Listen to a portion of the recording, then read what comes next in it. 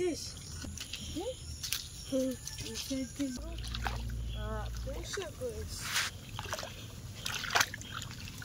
নমস্কার বন্ধুরা, আমি প্রিয়া সুন্দরবন কুকিং এ সবাইকে অনেক অনেক স্বাগত।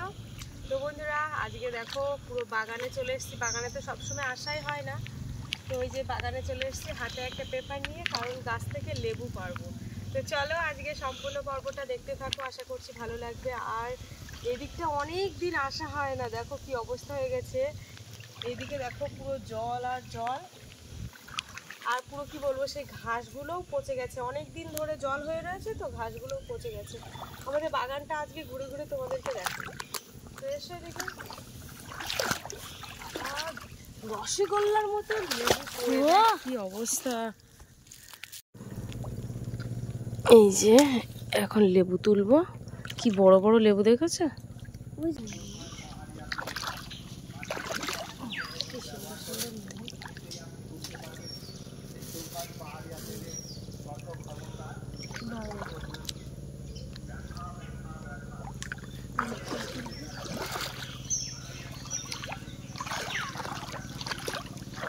বাবা কাটাও ফুটছে।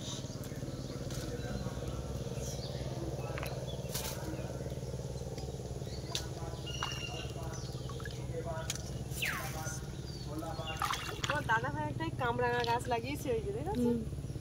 কামরাঙা হলে কিন্তু খেতে হবে। এই সপ্তাহে বাজারে গিয়েছিলাম, তো সেই কামরাঙা পুরো লাল হয়ে একদম যেন কেমন একটা দাগ দাগ হয়ে গেছে। ভাবছিলাম কিনবো, কিন্তু কামরাঙাটা একদম ভালো না। এই যে দেখো লেবু তুলেছি কতটা। আর এদিকে আর দেখি কচুর ফুল হয়েছে কেমন। ওই তো একটা কচু ফুল দেখাচ্ছে। ওটা পেকে গেছে, অনেক কচু ফুল হয়েছে কিন্তু পেকে গেছে তো সব। এই দেখো একটা গাছে কলার কাঁদি পড়েছে, এটা হচ্ছে সৌরি কলা। যেখানে ওল গাছ, ওলের ডাক তুলেছিলাম আজকে, ওলের ডাক রান্নাও করেছি। চারিদিকে পরিবেশটা দেখো, শুধু সবুজ আর সবুজ।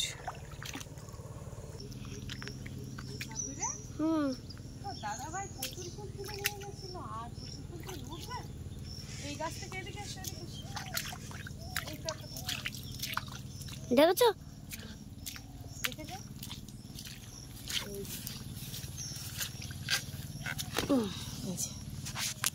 একটা কচু ফুল মাত্র বেঁচে আছে। মাত্র না, ওর মধ্যে ঢুকলে অনেক আছে, কিন্তু কচুর গাছের মধ্যে ঢুকলে হলুদ জামা তো পুরো কালো হয়ে যাবে, পুরো অবস্থা খারাপ। এসে দেখি আর কয়েকটা হয় কেমন। এই যে একটা কচুর ফুল। তো বন্ধুরা, চিংড়ি মাছ দিয়ে কচুর ফুল কিন্তু ভীষণ ভালো লাগে। কার কার ভালো লাগে একটু কমেন্টে জানাবে। আমাদের এই কচুর ফুল তোলার অসুবিধা, বুঝলে, মানে এর মধ্যে ঢুকতে না ভালো লাগে না একদম। বাড়িতে কি সবজি নেই, সব কিছু নেই। এই মুরগি, কি ব্যাপার? পুঁই শাক, ঢেঁড়স, কুশি, ঝিঙে, কচু, কচু শাক, কালো কচু, কচুর ফুল, ওল শাক, তারপরে আর কি বলবো। বাপিরে, তো দাদা ভাই সে কচুর ফুল তুলে ফেলেছে আজকে দুটো, ওর ভিতরে তাও গেলাম না। বাপি, চলো দেখি ঝিলের এদিক থেকে ঘুরে আসি। চলো। আস্তে, অত জোরে দৌড়াস না। দেখ তো এই গাছে পেয়ারা হয়েছে কেমন। বাবা জলটা কালো হয়ে গেছে, ই বাবা, ইয়াবি এই জলে আসলে তো গাছ উল্কাবে এবার, পুরো পচা জল হয়ে গেছে। দেখ ওই গাছে একটা বড় পেয়ারা ছিল, কিন্তু ওই গাছ থেকে পারতে পারলাম না, অনেক উঁচু তো। এই গাছের সবে পেয়ারাগুলো একটু বড় হয়েছে। কচুর ফুল দুটো হাতে রাখো তো, ধরো। আগে কত ছোট ছোট ছিল, ওই গুটিগুলো একটু বড় হয়েছে। জলটা পুরো পচে গেছে, তোমাদেরকে দেখাচ্ছি। ও পুরো কালো হয়ে গেছে, কারণ প্রচুর ঘাস ছিল তো। আর ওই ঝিল আর এই বাড়ির উপরটা পুরো একট হয়ে গেছে, পুরো জল গন্ধ গন্ধ হয়ে গেছে। চলো, এখানে আসা যাবে না, গাছ উল্কানোর সম্ভাবনা এখানে। চলো। এই যে দেখো পুঁই শাকগুলো কিভাবে লতিয়ে রয়েছে, দেখেছো?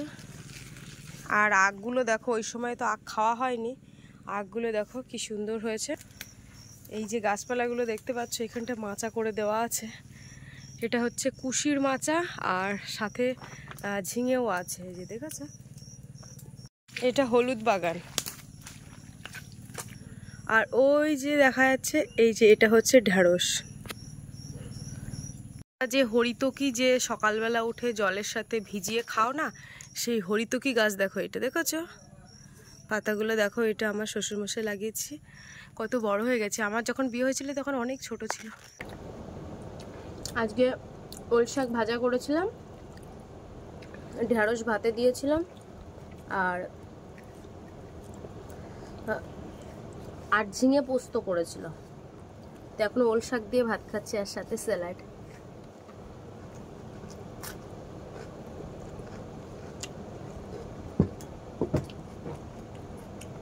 বাপি স্কুলে বেরিয়েছো? আচ্ছা, তো কখন ফিরবে তাহলে? ওই ফিরবো 2টোর দিকে। 2টোর দিকে? আচ্ছা চলো।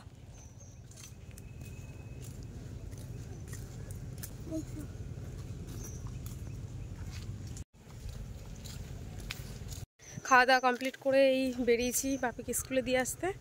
তো স্কুলে দিয়ে এসে তারপরে ভিডিওর কাজবাজগুলো করতে হবে। মুরগিকে একটু খেতে দেবো বাড়িতে এসে। চলো তাড়াতাড়ি এসে।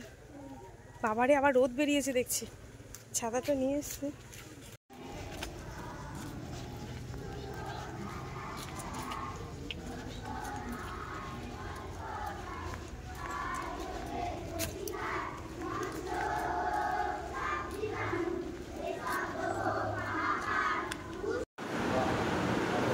স্কুলের মধ্যে চলে এসছে, এদিকে প্রার্থনা হচ্ছে।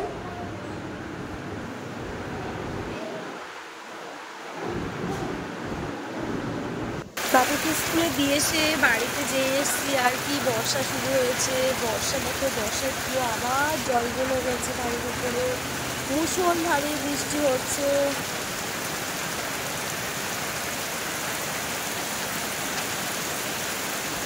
বর্ষা থেমে গেলে স্কুলে গিয়ে দেখি সবার খাওয়া দাওয়া কমপ্লিট হয়ে গেছে। বাপি একা একা খাচ্ছিল দেখো, তারপর লাস্ট আর খেতে পাচ্ছিল না। আর আজকে স্কুলে গিয়ে নাকি পড়ে গেছিল, পড়ে গিয়ে হাতের থেকে সে বোতলটা ওর হাত থেকে ফেটে গেছে। অন্যজনের বোতল নিয়ে ও জল খাচ্ছিল। সবার খাওয়া হয়ে গেছে, বাট তুমি একা। ওঠো, শুধু কেবল আমরা। হ্যাঁ যাও যাও, বোতলটা নিয়ে নাও কুট্টু। চলো, সবার খাওয়া কমপ্লিট আর তুমি একা একা।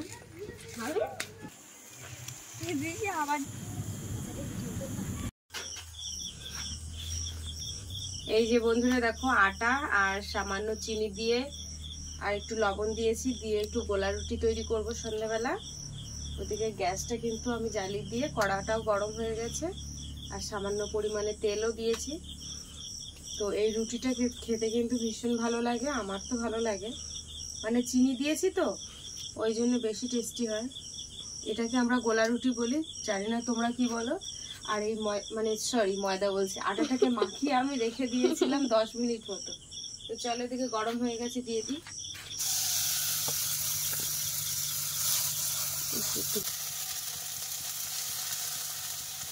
ফার্স্টে রুটি তো একটু প্রবলেম হয়ে গেল, আমার হাতে তেল ছিটকিয়েছে। তেল আমার হাতেও ছিটকিয়েছে, তাহলে ভাবো তো কতটা কষ্ট হয়।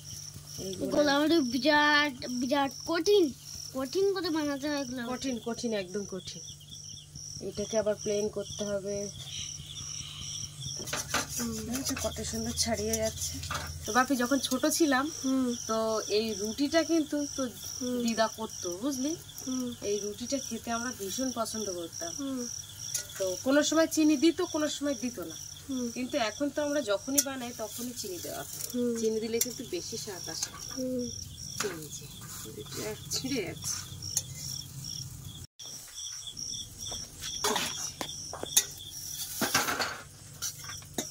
দেখি আরেকটা বানাই।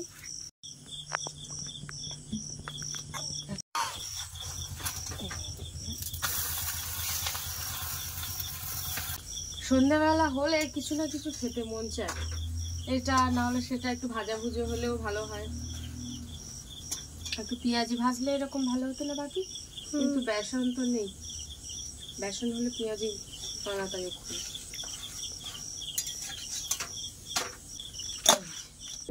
এই যে দেখেছো একদম কিরকম রুটি হয়েছে, ছিঁড়ে ছিঁড়ে যাচ্ছে। কি গো, গরম খাও।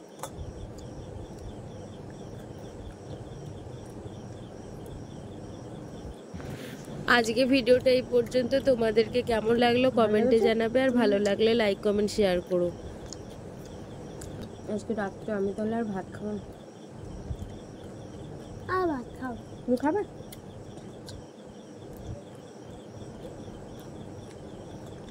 একটু এই রুটিগুলো খেতে কিন্তু অনেক সুন্দর লাগে। তোমরাও বাড়িতে বানাবে এরকম।